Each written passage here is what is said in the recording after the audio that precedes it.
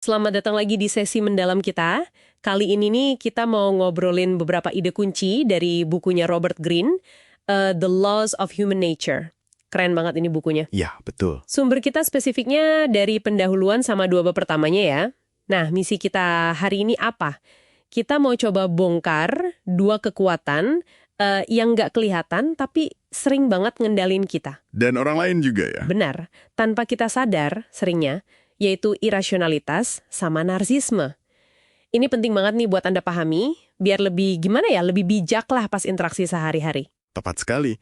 Kita kan seringnya ngerasa udah logis, udah rasional gitu ya. Padahal, tanpa sadar kita mungkin lagi dikendaliin emosi atau mungkin ya kebutuhan buat divalidasi. Atau salah baca orang lain ya, sering banget itu. Nah, itu dia. Jadi sesi ini ya kayak ajakan buat yuk selam lebih dalam dikit.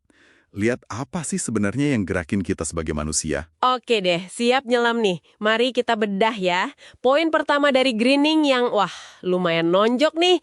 Kita ini katanya makhluk yang didominasi emosi. Padahal kita sukanya mikir kita yang pegang kendali, kita rasional gitu kan. Contoh klasiknya nih, dia pakai cerita Perikles di Athena kuno. Oh, yang pemimpin itu ya? Iya. Dia tuh pemimpin yang rasional banget. Strateginya lawan Sparta itu murni pakai logika. Defensif, nggak ikut-ikutan emosi massa gitu. Tapi, apa yang terjadi pas dia meninggal? Nah, disinilah pelajarannya kan. Emosi langsung ngambil alih. Para penerusnya itu mungkin ya karena semangat atau mungkin arogansi juga. Bisa jadi, bisa jadi. Mereka nekat ngeluncurin ekspedisi Sisilia itu. Gegabah banget. Hasilnya, ya udah bencana total buat Athena. Ini bukan cuma cerita zaman dulu loh. Pola ya, berulang terus gitu ya. Betul, ini pola yang terus berulang. Kenapa kita bisa gitu ya? Rasanya kan kita punya akal sehat, tapi kok seringnya emosi yang menang. Itu dia pertanyaannya, kenapa ya? Green nunjuk ke akar evolusi kita sih. Emosi itu kan sebenarnya sistem peringatan. Dan sistem ini jauh lebih tua daripada kemampuan kita mikir rasional, mikir abstrak. Oh, jadi kayak settingan pabrik yang lebih basic gitu ya? Bisa dibilang gitu. Bayangin aja, otak kita punya dua mesin lah.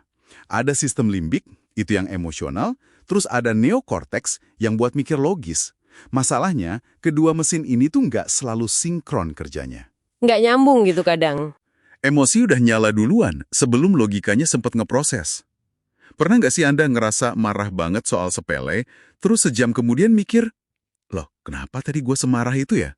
Sering. Nah, itu dia. Contoh klasik otak emosi Anda jalan duluan sebelum logika. Masuk akal banget sih.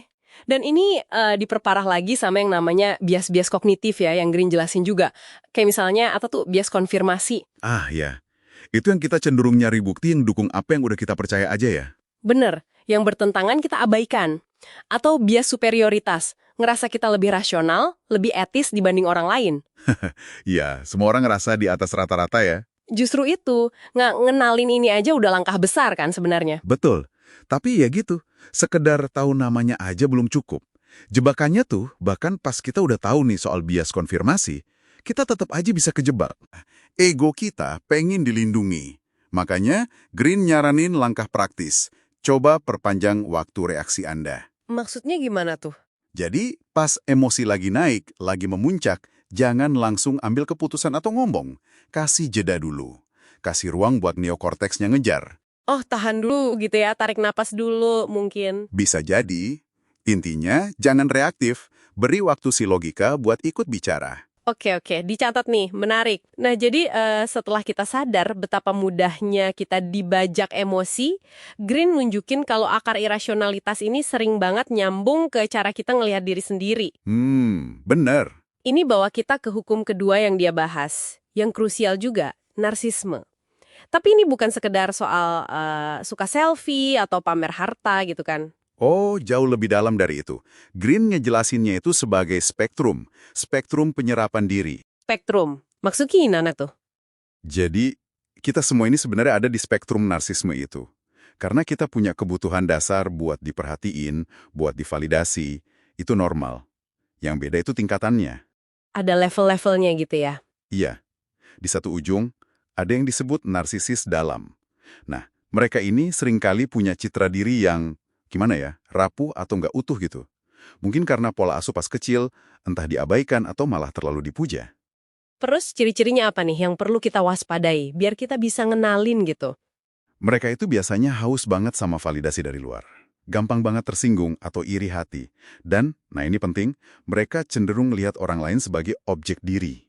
Objek diri, istilah baru nih, apa artinya? Maksudnya, mereka ngelihat orang lain tuh bukan sebagai individu yang punya perasaan dan kebutuhannya sendiri. Tapi lebih kayak, ya perpanjangan tangan mereka aja, alat buat memenuhi kebutuhan emosional atau naikin harga diri mereka. Wah, dalam juga ya. Iya, makanya penting buat Anda kenalin, apalagi kalau berhadapan sama misalnya pemimpin narsisis. Mereka bisa karismatik banget di awal, tapi potensinya ngerusak tim atau organisasi itu gede. Oke. Itu kan yang ekstrim ya. Terus gimana dengan ya kita-kita ini orang kebanyakan? Nah, kebanyakan dari kita tuh masuknya kategori narsisis fungsional. Kita punya citra diri yang lebih stabil, lebih sehat lah. Kebutuhan akan perhatian tetap ada, tapi nggak sampai mendominasi hidup kita. Jadi lebih seimbang gitu ya. Betul. Kita lebih tahan banting, terus kita juga mampu ngarahin perhatian keluar diri. Nah, disinilah letak potensi transformasi yang Green tawarin. Transformasi lewat apa tuh? Lewat empati.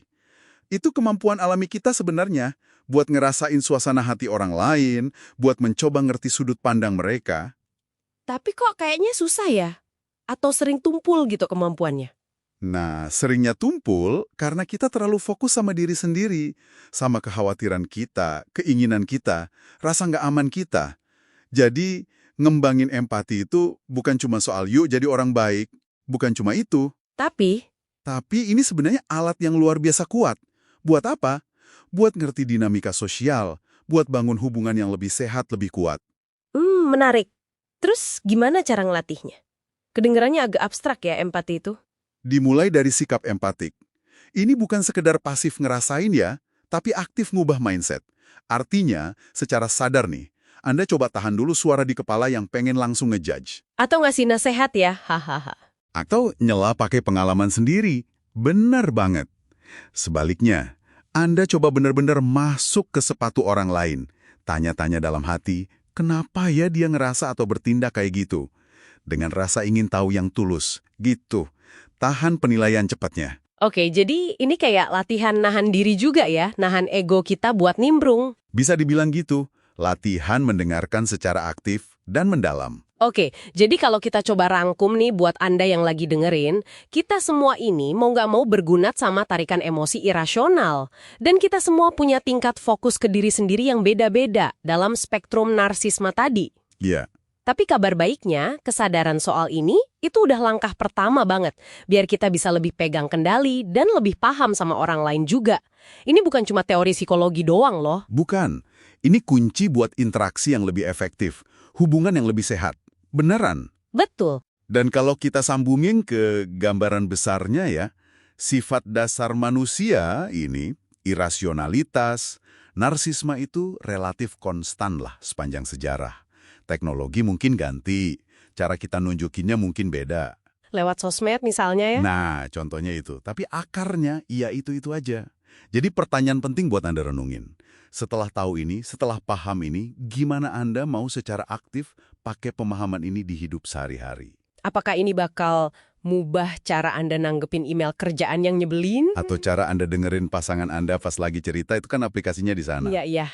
Dan sebagai pemikiran penutup nih buat Anda bawa pulang, ingatkan kita semua punya setelan pabrik fokus ke diri sendiri tuh di spektrum narsisme tadi. Nah, gimana caranya Anda bisa secara sadar minggu ini aja deh ngelatih otot empati Anda? Nggak usah yang muluk-muluk ya. Nggak usah. Mungkin dalam interaksi kecil aja, pas pesan kopi atau ngobrol sama rekan kerja. Coba deh, sejenak aja, lawan tarikan buat fokus ke diri sendiri. Dan beneran coba lihat situasi dari kacamata dia.